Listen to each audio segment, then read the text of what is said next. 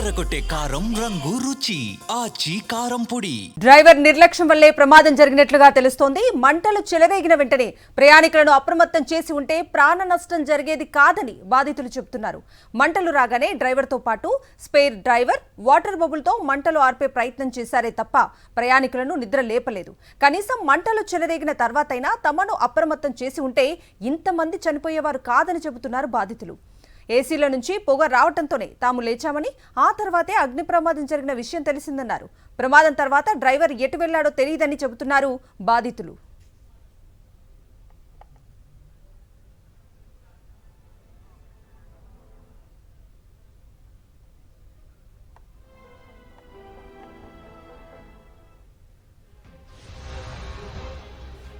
Driver నిర్లక్ష్యం వల్లే ఈ ప్రమాదం జరిగినట్లుగా తెలుస్తోంది. ఇదే అంశానికి సంబంధించి పూర్తి డీటెయిల్స్ అందించడానికి సంఘటనా స్థలం నుంచి మా ప్రతినిధి లోకేష్ లైవ్ లో మరిన్ని డీటెయిల్స్ అందిస్తారు.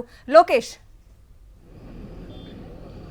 కవిత, ఒక వ్యక్తి యొక్క నిర్లక్ష్యము ఈరోజు ఇంతమంది ప్రాణాలు పోవడానికి కారణమైందని చెప్పేసి ఈ యొక్క బస్సులో ప్రయాణం చేస్తున్న బాధితులు కావచ్చు, స్థానిక ప్రజలు కావచ్చు, వారు చెప్తున్న పరిస్థితి కనపడుతుంది. ఈ యొక్క సంఘటన స్థలానికి ఈ యొక్క వైద్య బృందాలు చేరుకొని ఈ యొక్క మృతదేహాలకు పోస్ట్ మార్టం నిర్వహిస్తున్న పరిస్థితి కనపడుతుంది. అయితే కొద్దిసేపటి కిందటనే రాష్ట్ర మంత్రి కూడా ఇక్కడ సంఘటన స్థలానికి చేరుకోవడం జరిగింది.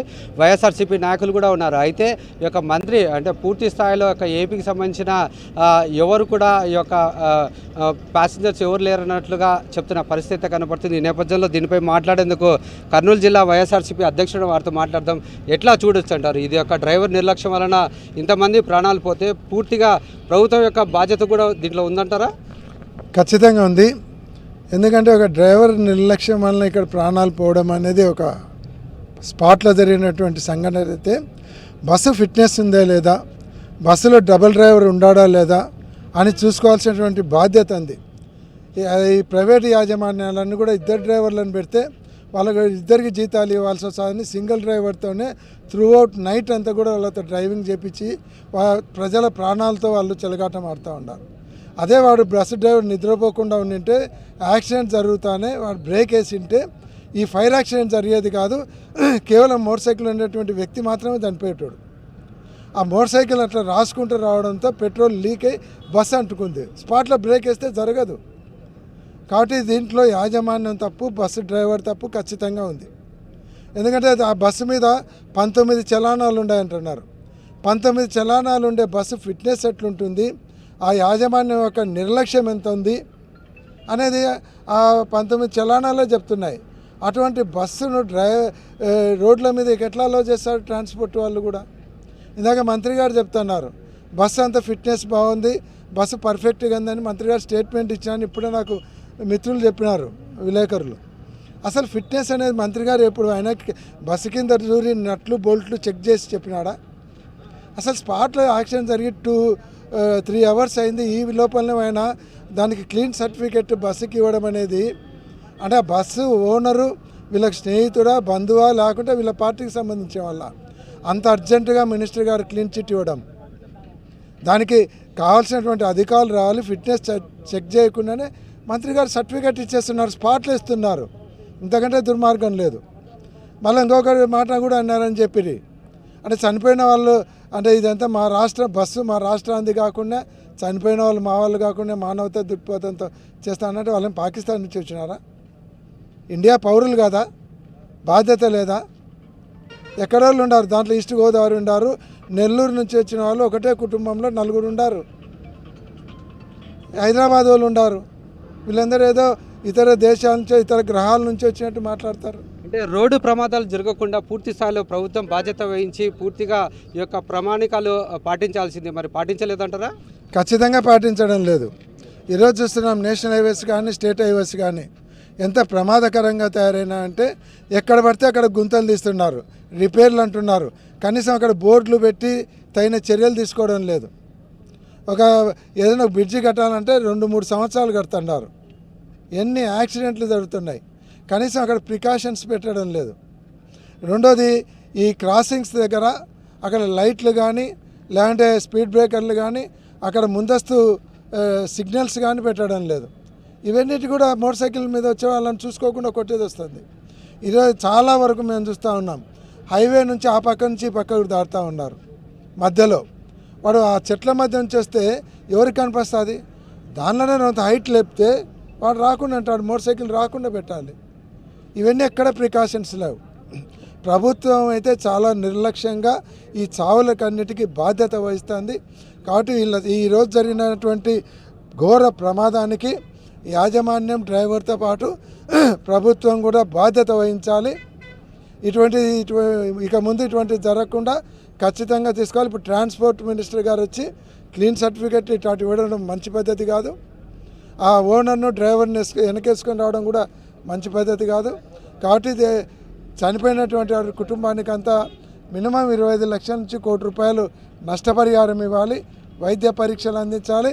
ఏదైతే డబల్ డ్రైవర్ లేకుండా ఈరోజు ఈ బస్సును అలౌ చేసినారో ఆ అధికారుల మీద చర్యలు తీసుకోవాలి.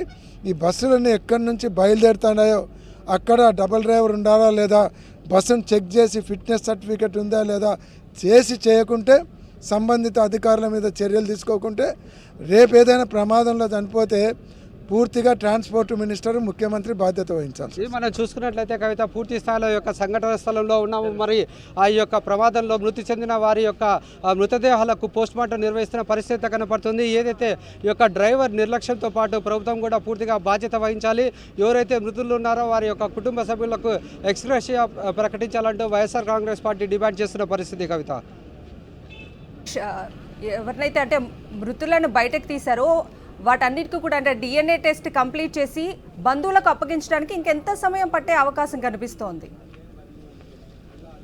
ఇప్పుడే కొద్దిసేపటి కిందటనే ఏదైతే యొక్క బస్సులో ఉన్నాయో మృతదేహాలు 20 దాకా మృతదేహాలు ఉన్నట్లుగా గుర్తించడం జరిగింది. మొదటగా 11 గుర్తించారు. అయితే పూర్తి స్థాయిలో యొక్క ఫోరెన్సిక్ నిపుణులతో పాటు వైద్య బృందాలు కూడా ఈ యొక్క బస్సులో ఆ యొక్క బాడీలను వెతికి తీసి పోస్ట్ మార్టానికి తరలించడం జరిగింది. అయితే పూర్తిగా మీరు చెప్పిన విధంగా అయితే ఆ యొక్క బస్సులో పూర్తిగా యొక్క మంటకు ఆహుతైన వారు ముద్దగా అయిన పరిస్థితి. పూర్తి స్థాయిలో యొక్క DNA అయిన తర్వాతనే ఎవరికి సంబంధించిన బాడీ అనేది ఐడెంటిఫై చేయాల్సి వస్తుంది. కొద్దిగా ఆలస్యమయ్యే పరిస్థితి. మరొక పక్క చూసుకున్నట్లయితే ఇక్కడ వర్షం చినుకులు కూడా పడుతున్న నేపథ్యంలో ఈ యొక్క పోస్ట్ మార్టం అయితే ఆలస్యం అయ్యే అవకాశం అయితే కనపడుతుంది. కొద్దిసేపటి కిందటనే ఈ యొక్క బాడీలను వెతికి తీసి ఈ యొక్క పోస్ట్ మార్టానికి తరలించడం జరిగింది. సుమారుగా 20 బాడీలను కూడా ఐడెంటిఫై చేయడం జరిగింది. ఈ యొక్క 20 బాడీలకు సంబంధించిన ఈ యొక్క పోస్ట్ మార్టం అయితే జరగాల్సి ఉంది. అయితే బంధువులకు సంబంధించినది వారు కనుక్కోలేని పరిస్థితుల్లో ఇప్పుడు బాడీలో ఉన్నట్లుగా తెలుస్తుంది. ఎందుకంటే పూర్తిగా ముద్ద అయిన పరిస్థితి ఉంది. ఈ నేపథ్యంలో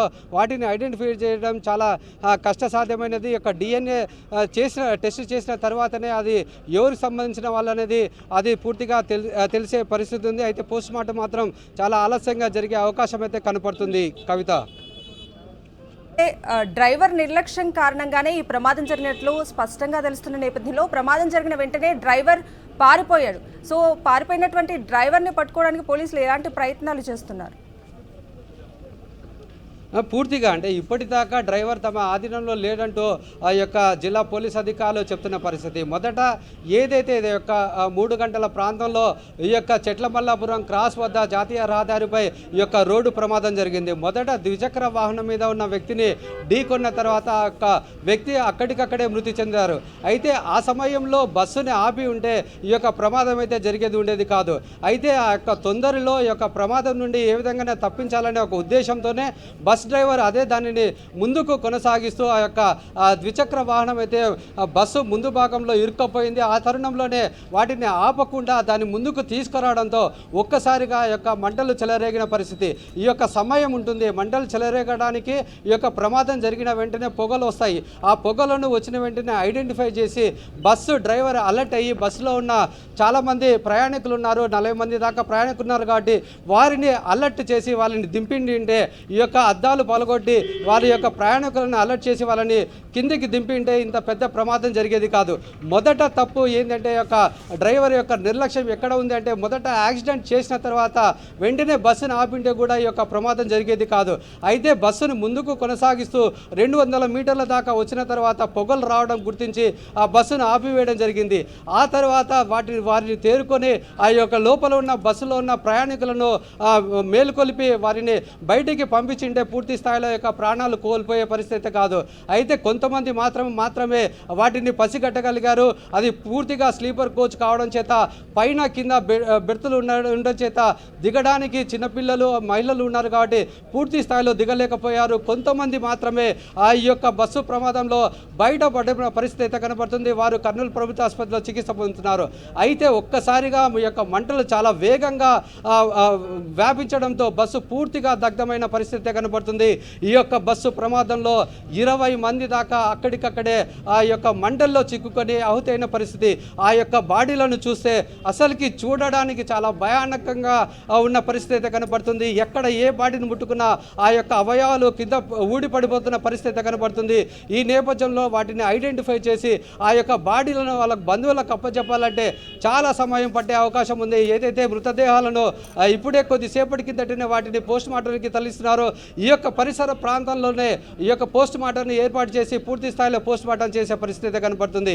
ఈ యొక్క బంధువుల ఆర్తనాదాలు అయితే చెప్పడానికి వీల్లేని పరిస్థితి. ఈ యొక్క ట్రాన్స్పోర్ట్ సంబంధించిన మేనేజ్మెంట్ ఇప్పటిదాకా పూర్తి స్థాయిలో స్పందించి ఎంతమంది చనిపోయారు, ఎంతమంది ఉన్నారు అనేది ఇప్పటిదాకా క్లియర్ లేని పరిస్థితి కనబడుతుంది. అయితే యొక్క బస్సు డ్రైవర్తో పాటు ఈ యొక్క క్లీనరు వారి ప్రాణాలను కాపాడుకోగలిగారు కానీ ఇక్కడున్న వారి ప్రాణాలు కాపాడుకోవడానికి ఏమాత్రం చొరవ తీసుకోలేని పరిస్థితి. ఎందుకంటే పూర్తి స్థాయిలో యొక్క మంటలు వ్యాపిస్తున్న నేపథ్యంలో వారు దిగి పారిపోకపోతే వారు కూడా ఈ యొక్క మంటల్లో ఆహుతి కావాల్సిందే.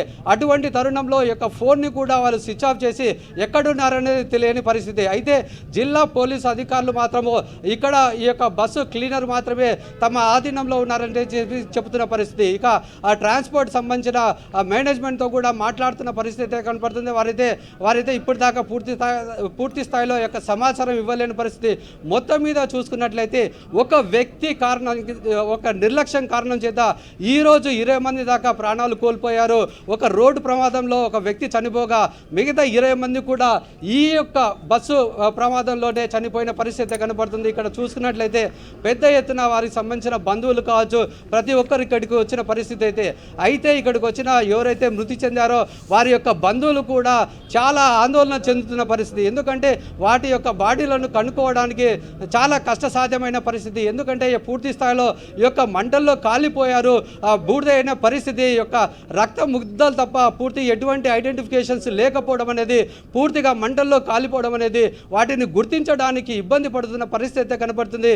ఈ యొక్క పోస్ట్ మార్టం అయితే నిర్వహిస్తున్నారు. అయితే పూర్తి స్థాయిలో ఆలస్యమయ్యే అవకాశం అయితే కనబడుతుంది. ఈ యొక్క మృతి చెందిన వారి బంధువుల యొక్క ఆర్తనాదాలు మాత్రం వర్ణాతీతం అని చెప్పవచ్చు. వారు పడుతున్న ఆవేదన కావచ్చు, వారు పడుతున్న బాధ కావచ్చు, వర్ణాతీతంగా చెప్పవచ్చు. Kavitha. Right Lokesh, thank you.